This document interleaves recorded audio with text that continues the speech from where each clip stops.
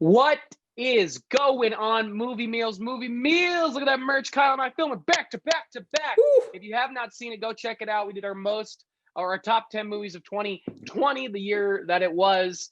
So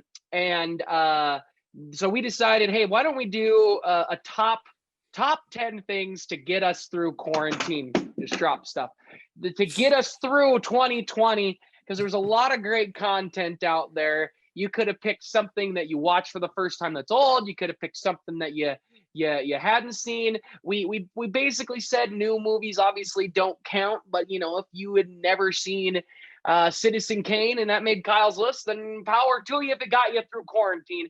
So that's what we're here to do. Top 10. So before we get in, guys, again, thank you to our patrons, especially Steve Nitz, who's a top tier patron up on the screen, wherever it's going to be.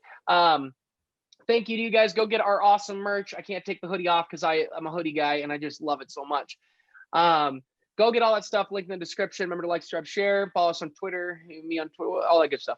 Before we get into any further of the video, this video is actually sponsored, guys. Movie Meals has a sponsor. A good friend of ours has started a new website called Amateur Auteur. It is awesome. He does great essays about pretty much anything in the world of entertainment. Please go give him some love. He's got essays about Friends, The Ideal Heroes. His website is built so beautifully. Go check him out. His writing is exceptional, and we love everything about him. I've loved both his essays so far. He's got 2 up and currently working on even more to come.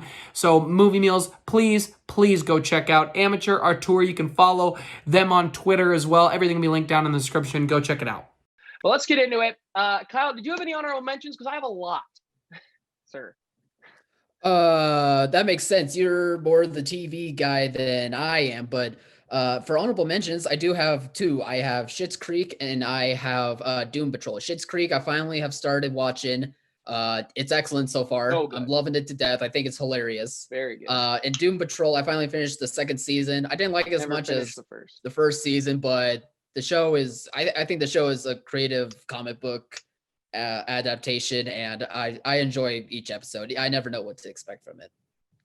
My honorable mentions: Kevin Hart, Zero Beep Given. His Netflix special was awesome. I thought it was so great. Yeah. Queen's Gambit, which I was a little late to the party on, makes my honorable mentions. I know This Much Is True, an absolute powerhouse hard watch of an HBO show with Mark Ruffalo. Dead to Me on Netflix, excellent show. The Last Dance, I was shocked I did not put it on my list, but that docuseries is so freaking good if you were a sports fan.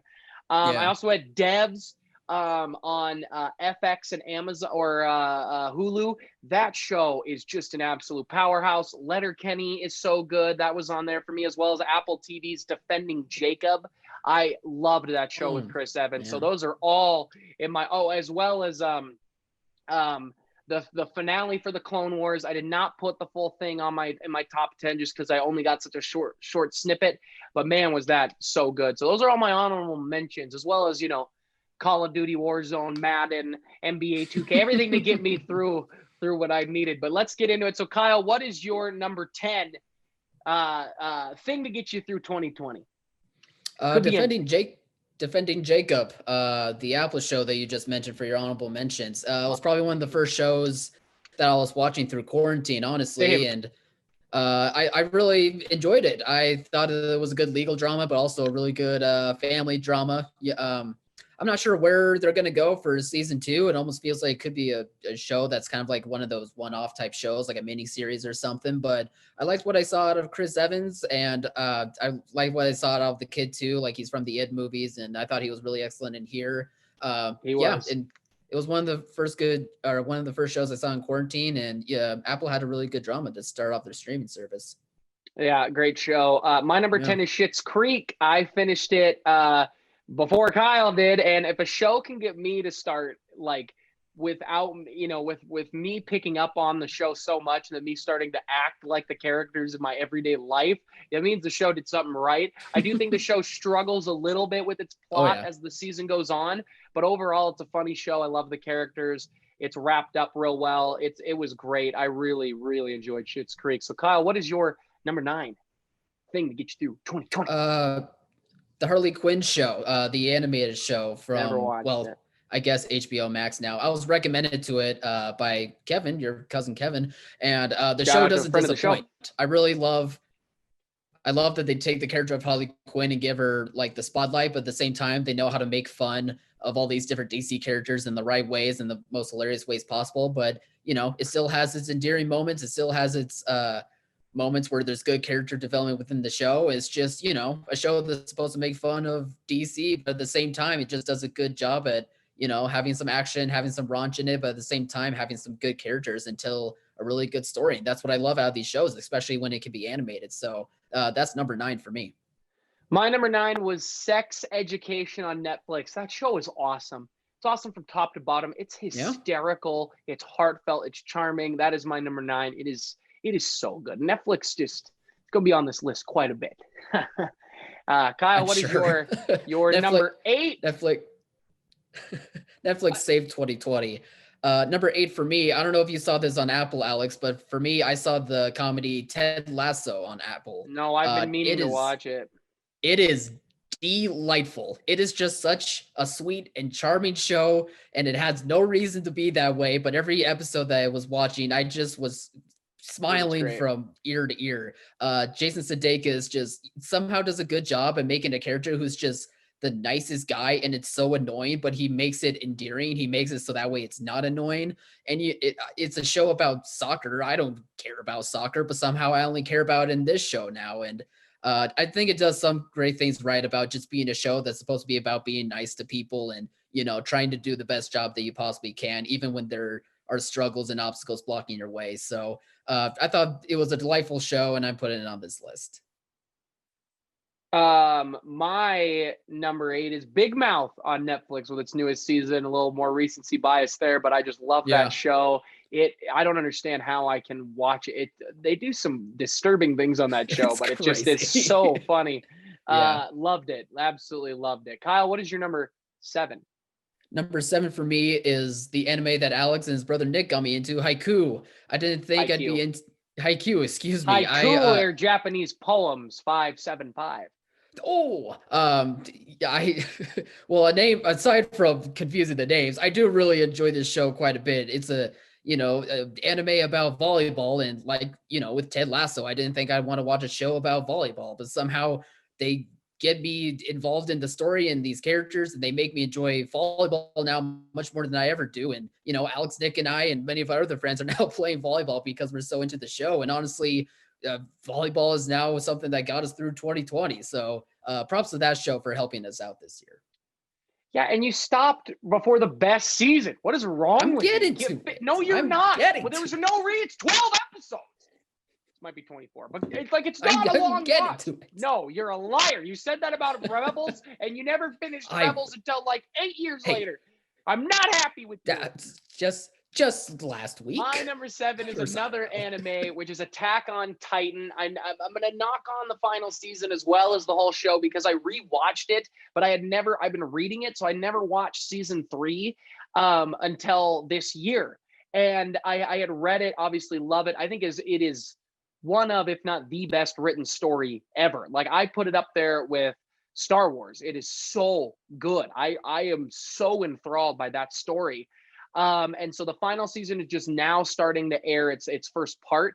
So I'm going to lump all that together because that show, it just captivated me in my rewatch. So Attack on Titan, season 3, and really the whole show, including the final season that's currently airing is my number 7. Kyle, what is your number 6?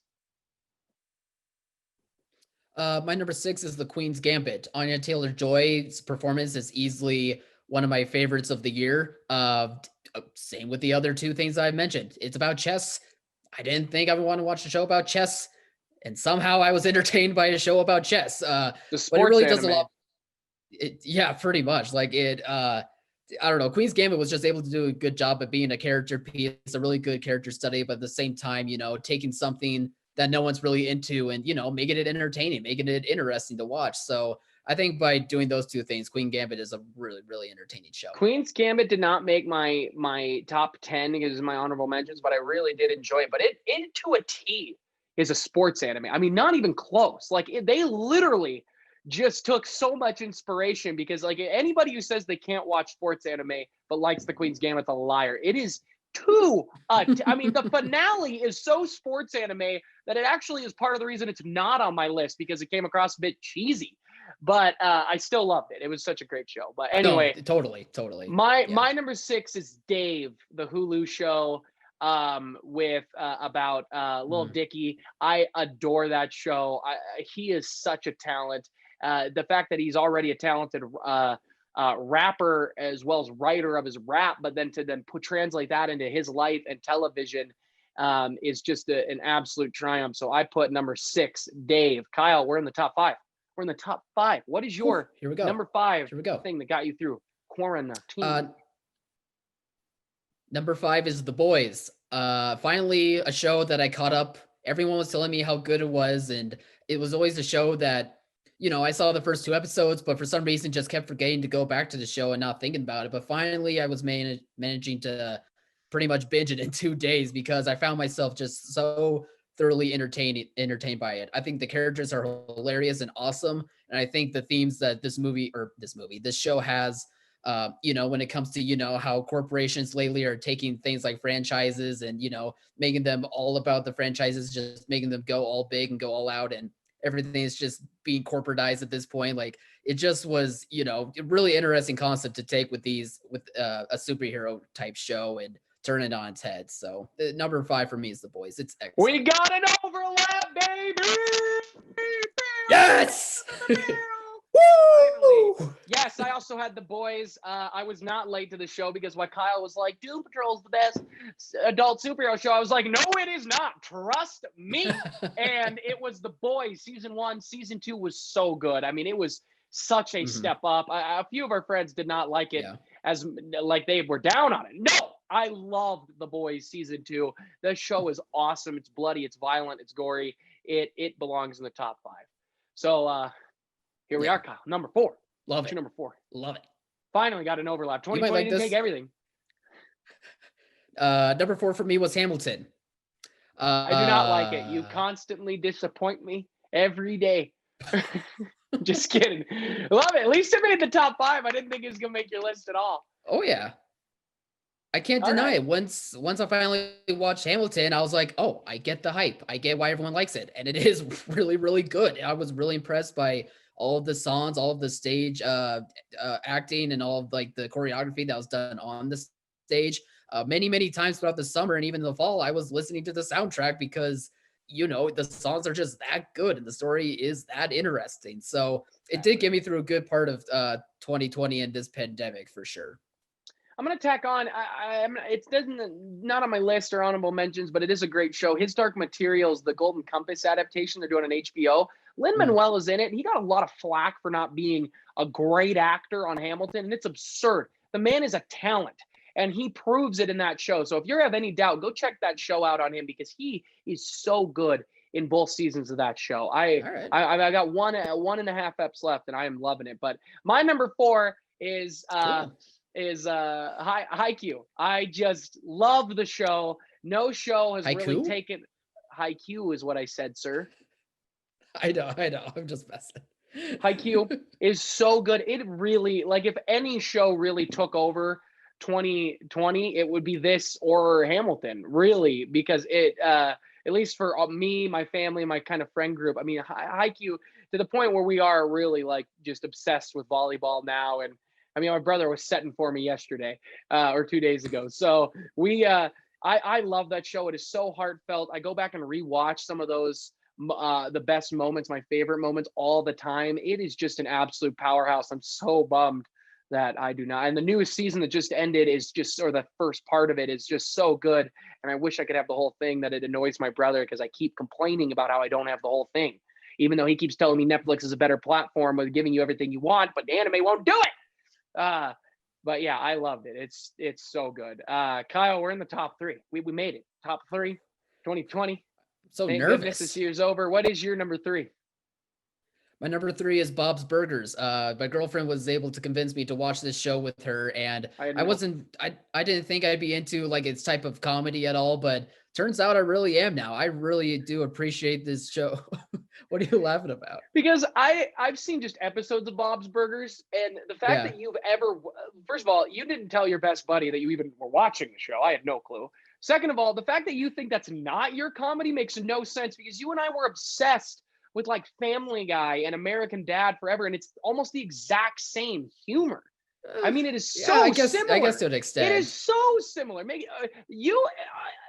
the fact that you hadn't watched it is a shocker. Like, I would have guessed you had watched it years ago. That's why I'm so shocked right now. Because to me, that is such your humor. I just know you better than your girlfriend does. Let's just get things out of the air here.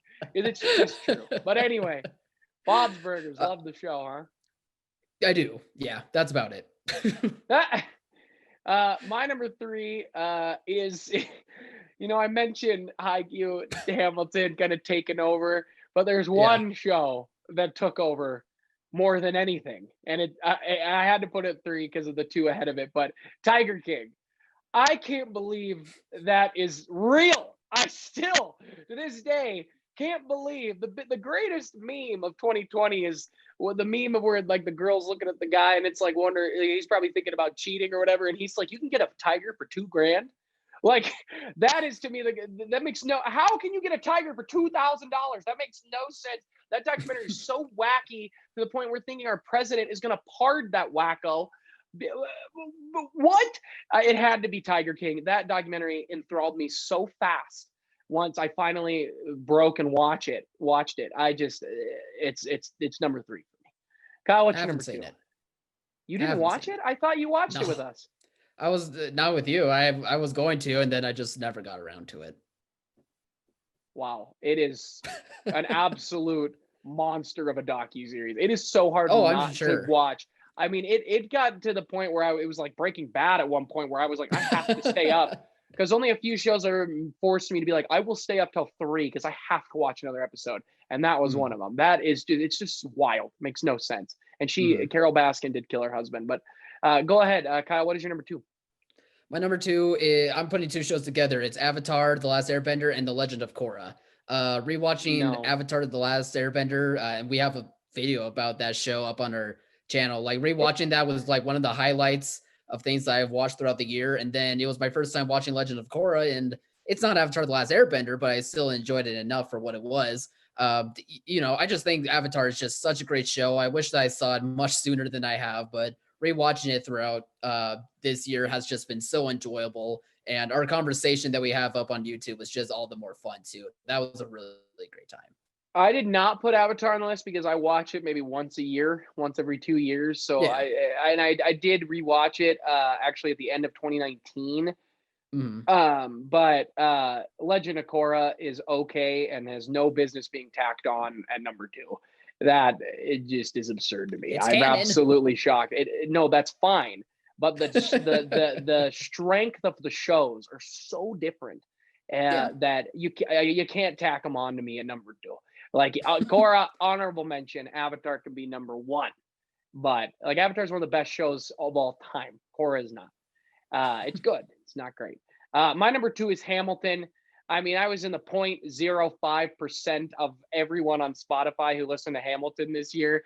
I got a chance to see it live and then to see the movie. I mean, I was listening to it so much. I was rewatching it all the time. It's got to be Hamilton for me. It is just it is one of the greatest musicals ever written, ever created. It is one of the best pieces of art ever created, and it is just an absolute triumph. So Hamilton is my number 2. What is your number 1? And if it's not the same as mine and you didn't even mention it, I am going to lose it. Huh. We'll see.